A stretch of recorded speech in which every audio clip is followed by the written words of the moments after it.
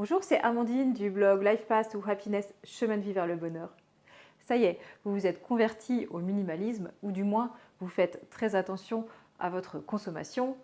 Or, les fêtes de fin d'année arrivent et vous savez que vous allez passer un Noël avec des accros à la consommation, le genre de personnes qui courent les magasins pour ressortir avec les bras chargés de paquets ou pire encore, qui passe ses soirées à surfer sur le net et à cliquer à tout va pour voir arriver des montagnes de papier cadeau tout plastique. SOS, je vous donne 5 idées pour passer Noël avec des accros à la consommation. Idée numéro 1, établir une liste de Noël. Ok, j'en conviens, ça manque cruellement de charme, mais au moins ça a le mérite de lister vos justes besoins et d'orienter vos proches. Ça leur évite d'avoir l'idée du siècle comme cette magnifique lampe d'ambiance qui clignote et qui fait des lumières de toutes les couleurs. Non, vous êtes minimaliste, vous avez quand même des besoins aussi sommaires soient-ils, c'est le moment de les indiquer.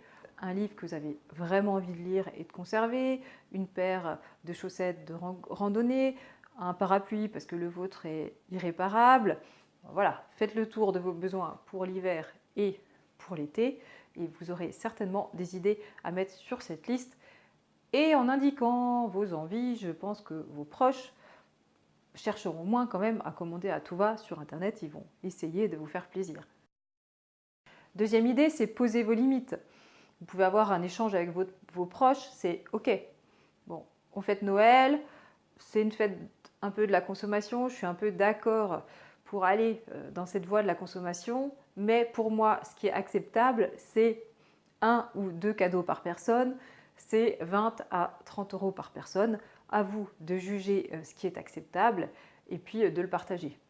Alors, vous verrez, hein, cette année, vous allez peut-être poser vos limites. Vous, c'est à vous de vous y tenir. Vous n'offrez qu'un ou que 2 cadeaux par personne. Vous respectez votre limite budgétaire. Si vos proches sont encore dans cette logique de la surconsommation et qu'ils vous offrent 7 bricoles quand ils n'auront eu qu'un cadeau, peut-être que l'année prochaine, ils réfléchiront et puis ils reverront leur stratégie. Je dirais que c'est à tester et puis le principal, c'est que vous restiez en accord avec vos valeurs. Piste numéro 3, suggérez le 1 pour 1. Un cadeau classique égale un cadeau minimaliste. Alors, un cadeau classique, c'est le cadeau que vous achetez en boutique, le cadeau bien matériel. Et puis, un cadeau minimaliste, voilà, je vous renvoie à ma vidéo déco cadeau à 0 €. C'est soit un cadeau que vous fabriquez vous-même, c'est soit un cadeau service. Si vous proposez ça sous forme de jeu, faites-le sous forme de jeu, hein, ne l'imposez pas, ça passera mieux. Ça va forcément réduire le nombre de paquets sous le sapin. Parce que vos proches, ils vont devoir réfléchir à un cadeau minimaliste. Quand on n'est pas dans cet état d'esprit-là, ça ne va pas de soi. Mais en tout cas, ce qui est intéressant aussi, c'est que ça va inciter vos proches à réfléchir à une autre façon de consommer, à une autre façon d'offrir. Idée numéro 4, aucun cadeau sous le sapin. Proposez ce défi, mais un défi total des maths, c'est-à-dire que vos proches n'ont pas le droit de vous offrir de cadeaux matériels réels, mais ils peuvent vous offrir autant de cadeaux dématérialisés qu'ils le souhaitent. Donc là, ils vont pouvoir se lâcher s'ils sont accros à la consommation.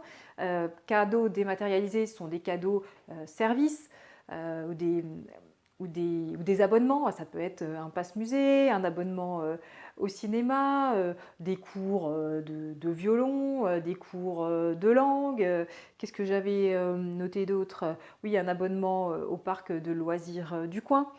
Donc, en plus, s'ils sont un peu geeks et qu'ils aiment faire leurs achats sur Internet, maintenant, on peut faire souvent les réservations en ligne. Ils ne seront pas frustrés et vous ne serez pas frustrés non plus par l'amoncellement de cadeaux qui vous ne serviraient absolument à rien.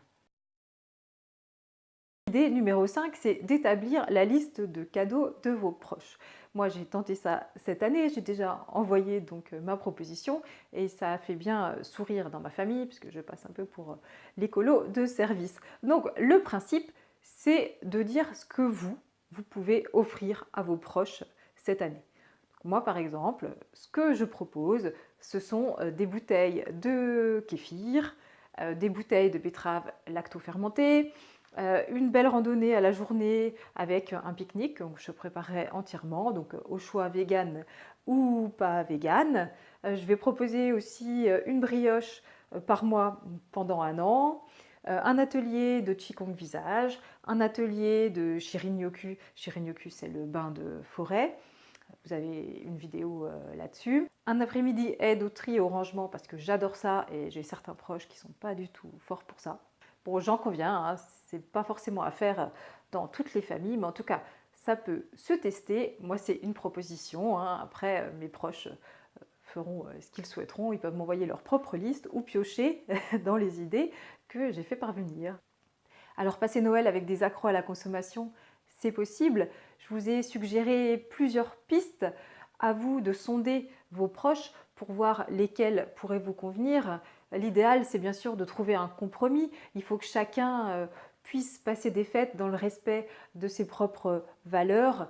Le minimalisme, c'est un cheminement, hein, ça ne doit pas être un changement radical. Il faut y venir par soi-même, hein, parce que ça a du sens pour nous. Donc ne vous inquiétez pas, si ce n'est pas cette année, ça va quand même semer de petites graines dans leur esprit. Et puis l'année prochaine, le Noël sera de moins en moins tourné autour de la consommation. Ça, j'en suis pratiquement certaine. Dans tous les cas, je vous souhaite à toutes et à tous de passer d'excellentes fêtes de fin d'année dans la simplicité et dans la joie. Je vous retrouve la semaine prochaine pour faire le bilan de votre année 2018. Merci de suivre mes vidéos. À très bientôt!